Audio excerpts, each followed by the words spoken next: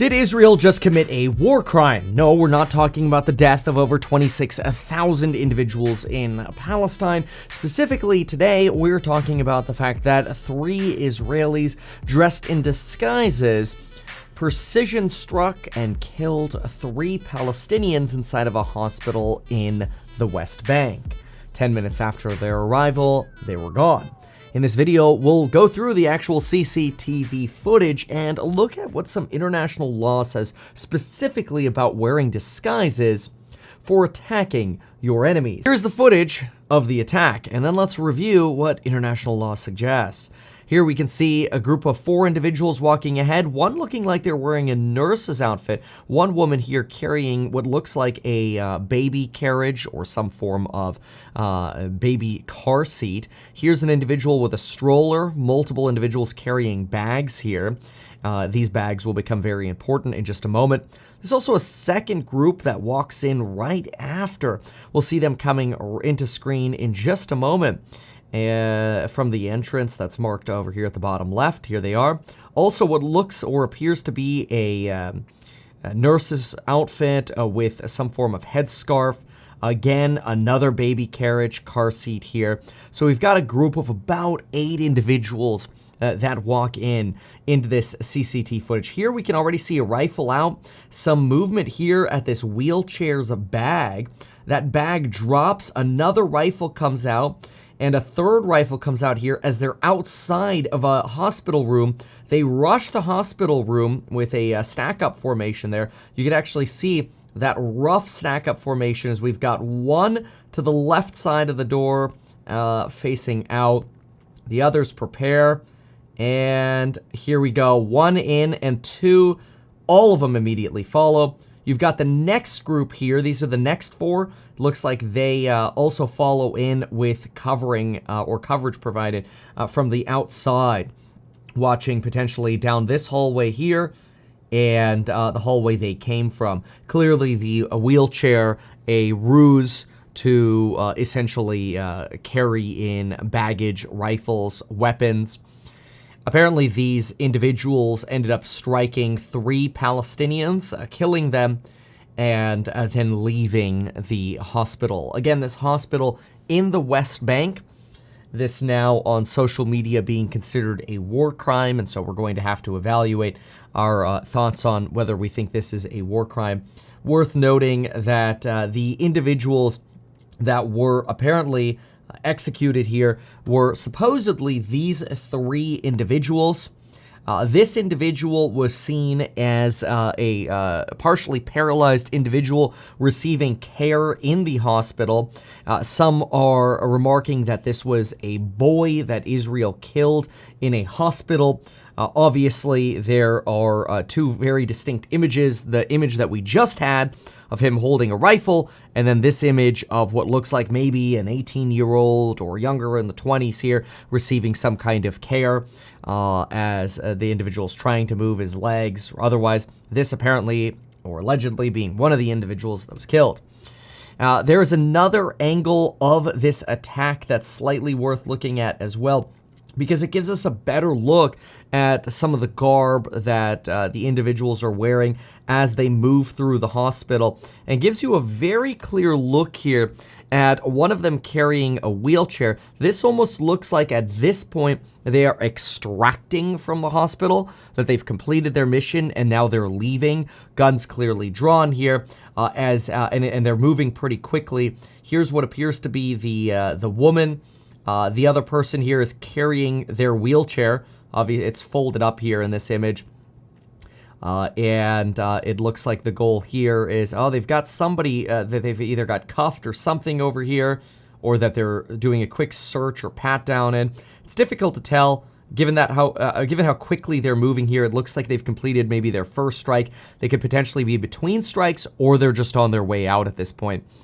You've got the wheelchair person. It's almost like a movie set here, where you've got, cue the wheelchair, go this way. No, just kidding, go the other way. As you can see, they end up coming back through the scene right here. You've still got the baby carriage on the floor here. And that is roughly the end of the, there we go, baby car seat moving out.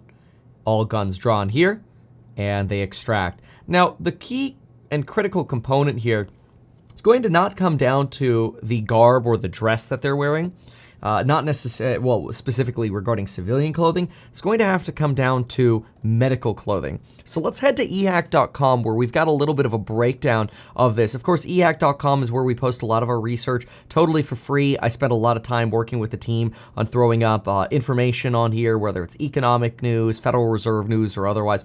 It's free. We're working on turning it into an app as well.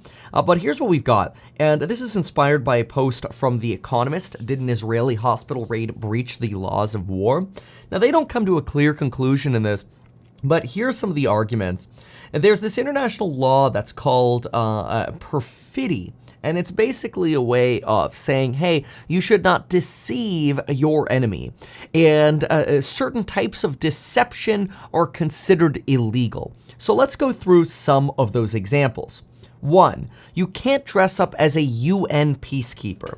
This makes sense. Dressing up as a United Nations peacekeeper would imply that you're not a hostile. It would imply that you are somebody who is there to keep the peace, not even necessarily make the peace, right? It's just you're there to make sure that crimes are not conducted. Here is an example of an Israeli peacekeeping force.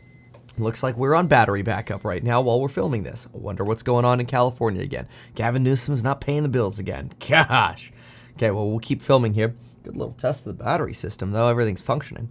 Anyway, so that's a UN peacekeeping force. You cannot dress up a command center as a mosque, for example, or a church as another example. You also can't pretend to be a medical transport plane, but you can pretend to be a friendly plane. Now, that's actually an interesting one, because it's a way of saying that if you are, let's say you're a jet, you're an F-16, and you're going to fight, I don't know, Yemen, okay? You can set up your transponders to pretend that you are a Yemenese fighter jet, when the reality is you're an American fighter jet. That is legal. But you can't pretend to be a medical transport plane. Now, that becomes important for this discussion on Israel. Another thing, you cannot pretend to be wounded to lure your enemy. So if you pretend you're wounded or whatever, and then you turn around and shoot your enemy, that would be deemed illegal. You can't use ambulances to move fighters. This is something that Israel has alleged that Hamas is doing. You also, if you carry weapons, weapons should be unconcealed. So you should not carry concealed weapons, because that could lead to a confusion as to whether or not you're a civilian or otherwise. Now, when it comes to disguise, disguises per international law are not illegal. Now, we'll get more into disguises, but I want to just also quickly note that something that is illegal on the flip side is if you hold up a white flag and then you pull out a gun, that would also be illegal. Now, let's get back into the disguises part, because let's be clear, disguises themselves are not illegal, but what we have here goes beyond that. In fact, a lot of folks argue that if these individuals who raided this hospital in the West Bank came in with military garb and guns drawn, there would have potentially or likely been a shootout and maybe a lot more deaths and casualties, which includes injuries, of course. However, dressing as a doctor is considered illegal, just like using an ambulance to transport fighters is illegal.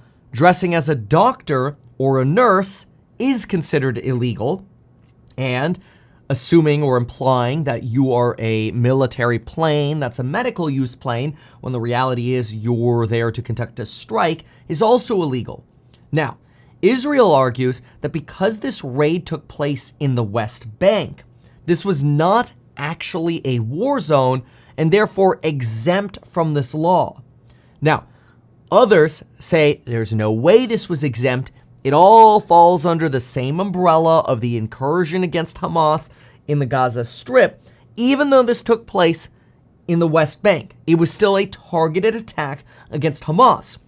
And therefore, while using disguise to dress up as civilians to attack is not illegal, the fact that we saw at least one doctor's coat and one nurse outfit does potentially make it illegal, again, subject to the defense that the strike in the West Bank would not apply. Now, everybody's going to have their own opinion on this. My opinion is it is likely illegal, given that it's very clear we don't dress up as doctors or nurses to conduct strikes. So in other words, this right here, probably illegal. This, the use of a wheelchair, the use of a baby car seat, all of those, fair game.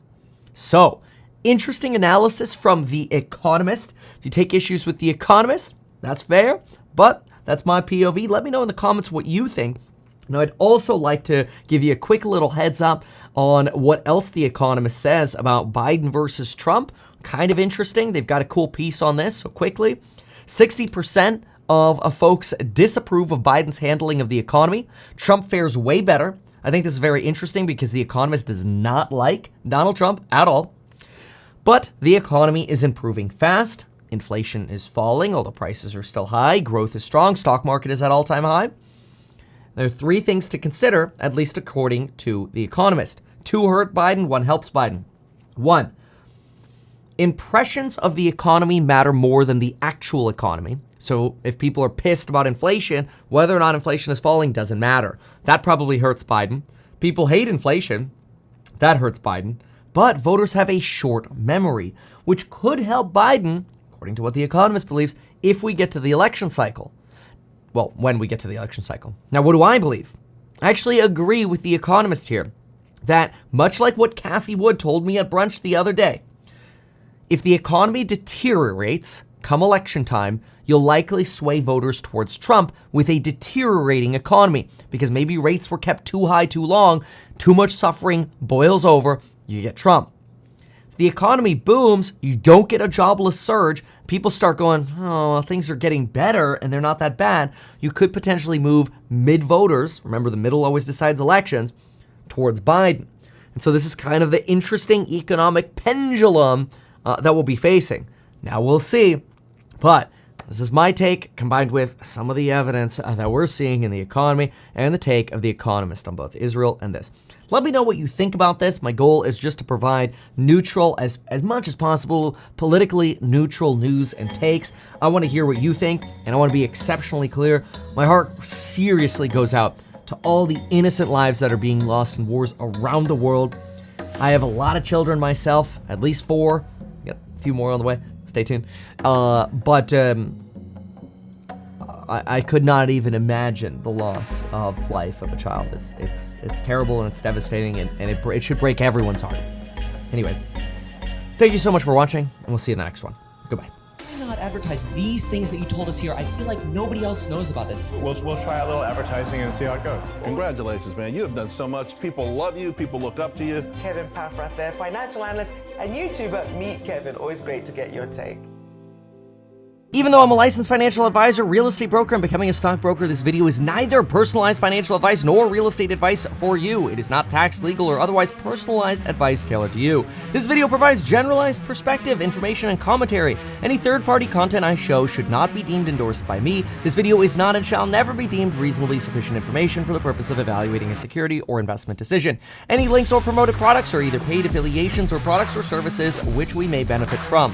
I personally operate an actively managed ETF and hold long positions in various securities, potentially including those mentioned in this video. However, I have no relationship to any issuers other than HouseHack, nor am I presently acting as a market maker.